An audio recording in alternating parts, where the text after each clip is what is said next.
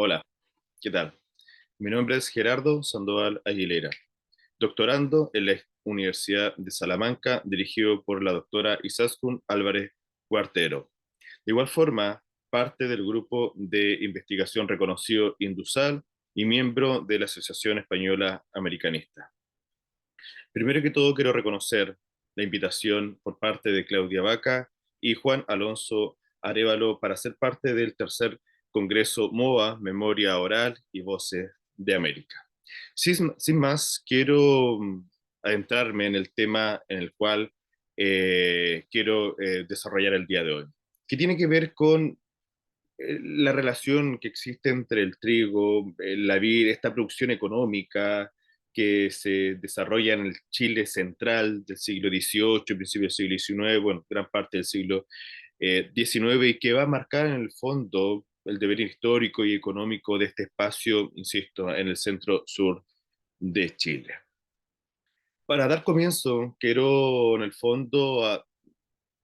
mencionar algunos antecedentes que darían a entender en el fondo cómo se fue desarrollando el dinamismo económico en torno a esta producción de trigo, de vitivinícola en este espacio. Eh, Creo que es interesante mencionar que durante el siglo XVIII las relaciones que existían en este espacio fronterizo al sur de este Chile central van a cambiar.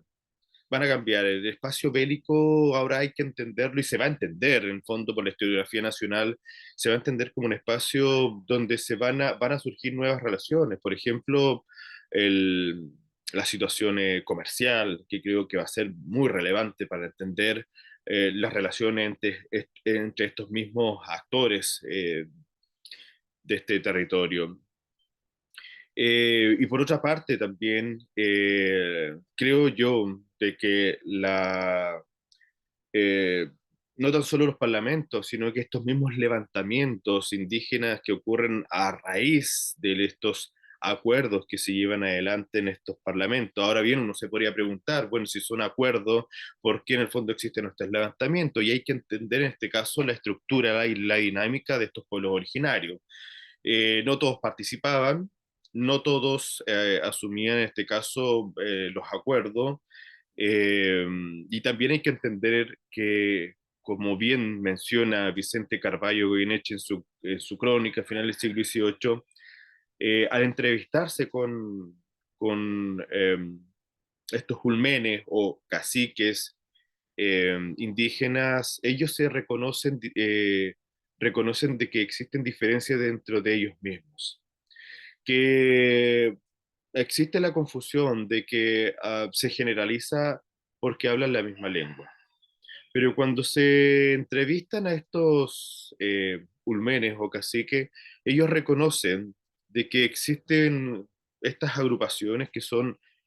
o localidades que son diferentes unas de otras. Por ende, cuando participan dentro de estos congresos, perdón, dentro de estos parlamentos,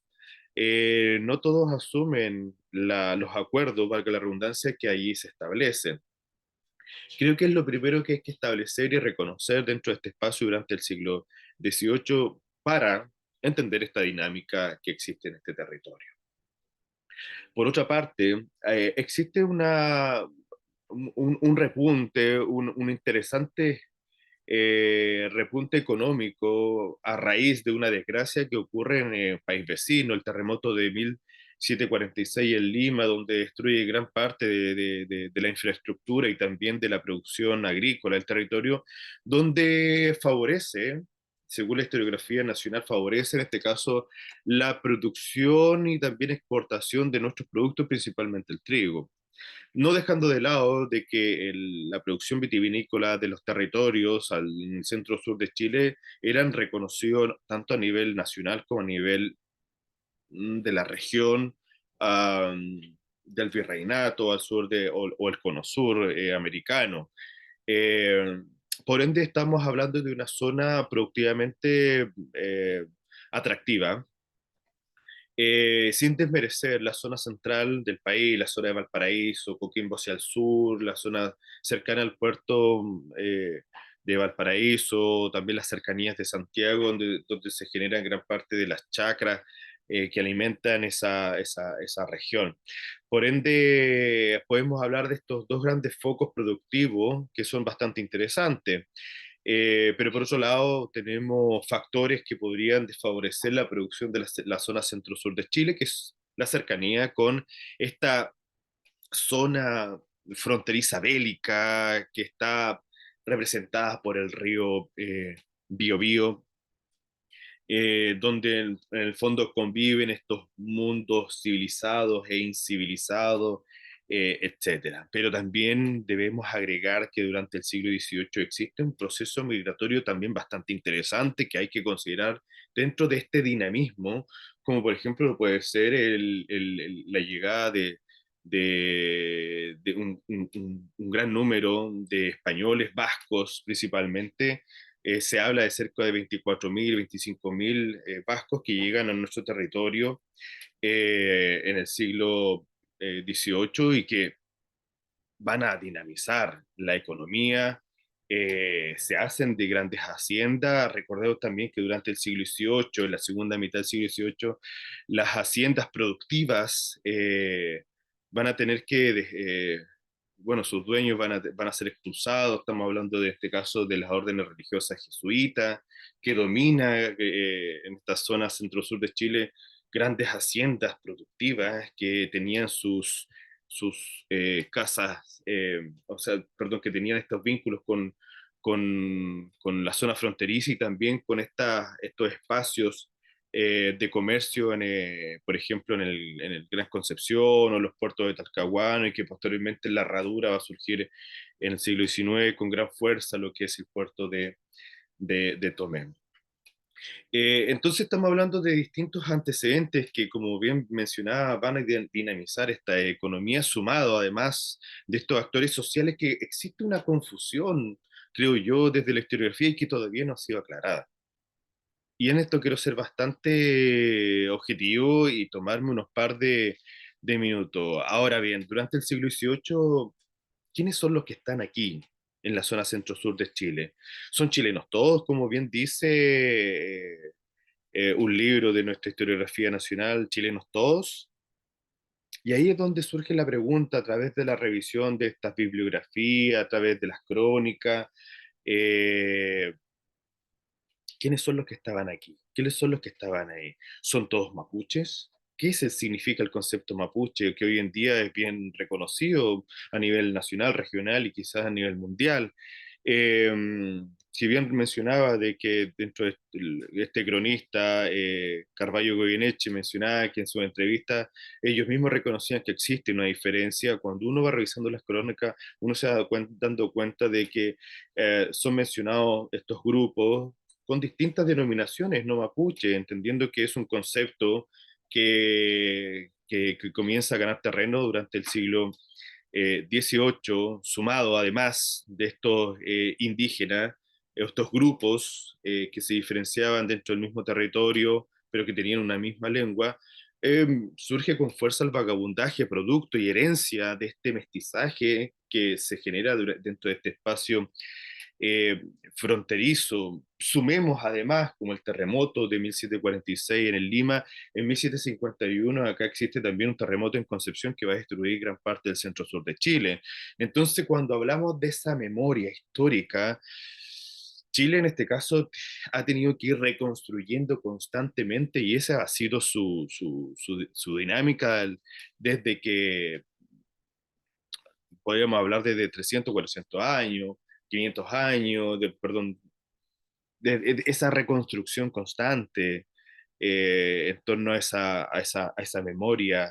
histórica y también la construcción y estructura dentro de la misma identidad, que si bien podemos rescatar ciertos puntos esenciales, hay otros que aún no han sido profundizados e investigados. Si bien nosotros podríamos hablar del territorio de Biobío, el territorio un poco más al norte de Itata, el río Itata, el río Maule, creemos que gran parte de la historiografía nacional se ha concentrado en el territorio próximo al río Biobío. Y para hacer en este caso un poco más interesante la propuesta a la cual estoy abocado, creo que es fundamental ver la posibilidad de proyectar. Sí, ahí está. Proyectar una pequeña imagen de este territorio que está en el centro sur del país, donde existen estos tres ríos que conviven entre ellos, pero que también en el fondo levantan a distintos pueblos. Hay una economía bastante interesante, como recién mencionaba, entre el punto uno, 2 y 3. En esos espacios principalmente se desarrolla lo que es la economía vitivinícola, la economía cerealera.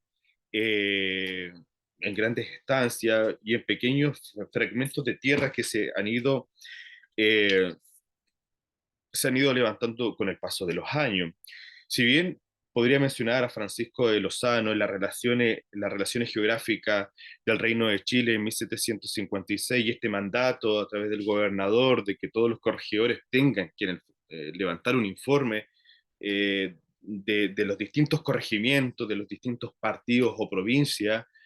nos vamos dando cuenta de que existe una dinámica de estos espacios que están al norte de la frontera, entendiendo que el punto 3 del río Biobío es la frontera. eh, las distintas estancias y haciendas que hay dentro del punto uno y el punto 2 en el río Baule, el río Itata, eh, los productos que se generan ahí se trasladan hacia el espacio fronterizo y por ende también desde las Pampas Argentina, el cruce cordillerano y desde los interiores del espacio fronterizo, en este caso el pueblo araucano, como aparece, como lo hizo saber Alonso de Ercilla, se genera un comercio y un intercambio de productos. Por ende, no estamos hablando de espacios que están cerrados y una frontera como un muro o una muralla que en el fondo divide un espacio del otro. Eh, Creo que es interesante ir levantando, ir construyendo este espacio de interés que si bien uno puede revisar, se va dando cuenta dentro de la historiografía de que hay mucho trabajo que realizar. Se ha ido generalizando en torno a una historia que se desarrolló en torno al río Biobío y gran parte de la historia de la zona centro-sur de Chile se habla como si fuera el espacio fronterizo de Biobío. Pero por otra parte, creo que es interesante mencionar de que el espacio cercano al río Itata, al río Maule, es una historia no diferente, pero que sí tiene ciertas características que la hacen propia. Y ese es el llamado en este caso a las nuevas generaciones para adentrarse en esta historia, en la fuente, para tratar de, si bien estudiar el espacio fronterizo de Biobío, levantar una historia que sea interesante y que responda en este caso a las necesidades de la construcción identitaria del presente. Por ende, la memoria está viva, está ahí, y estamos nosotros en este caso encargados de rescatar eh, esta historia, esta memoria histórica, para que en el fondo pueda servir de una construcción identitaria de la población del Chile central, del centro sur del territorio chileno. Que si bien, insisto, no estoy mencionando de que queremos generar una diferencia, de que nos queremos creer diferente al resto del país, no, pero sí tenemos cualidades, características que puede ser parte de, en este caso, del espacio geográfico, puede ser por los distintos procesos migratorios que puede haber sufrido este territorio, o también por esa invisibilización tanto de los pueblos originarios que estaban radicados en ese espacio y que se reconocían diferente a los, entre comillas, bélicos que estaban al sur del río Biobío, podría ser una interesante propuesta de investigación y lo que se está realizando y se está desarrollando, en este caso con la dirección de la doctora Izaskun Álvarez Cuartero de la Universidad de Salamanca. En honor al tiempo y el respeto también al resto de los expositores, dejo mi correo electrónico para que puedan en el fondo, o podamos en el fondo generar una instancia de conversación a quien le parezca interesante lo que se está realizando. Por mi parte también, insisto, quiero dar las gracias a Claudia y a Juan Alonso Arévalo por la invitación y por la participación de el tercer Congreso MOVA, Memoria Oral y Voces de América. Muchas gracias.